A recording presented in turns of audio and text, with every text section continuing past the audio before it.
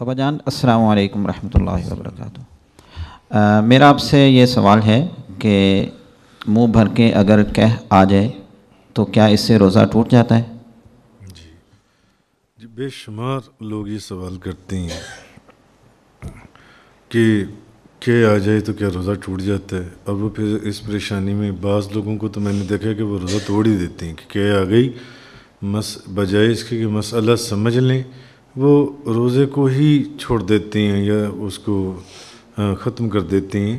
تو خود بخود جتنی مرضی کہہ آئے، ایک ہے کہ خود انگلی مار کر آپ کیا کریں اور اس کے پھر مختلف احکامات ہیں اس کی، لیکن خود بخود جتنی بھی کہہ آ جائے، جتنی بھی الٹی آ جائے کسی کو، اس سے روزہ نہیں ٹوٹتا۔ یہ بات آپ ذہن میں رکھیں، اس سے روزہ نہیں ٹوٹتا، جتنی مرضی کہہ آئے، جتنی مرضی الٹی آئے۔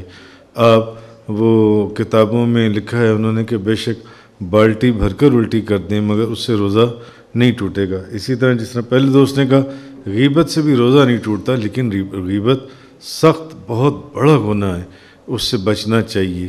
اسی طرح کہہ آنے سے بھی روزہ نہیں ٹوٹتا۔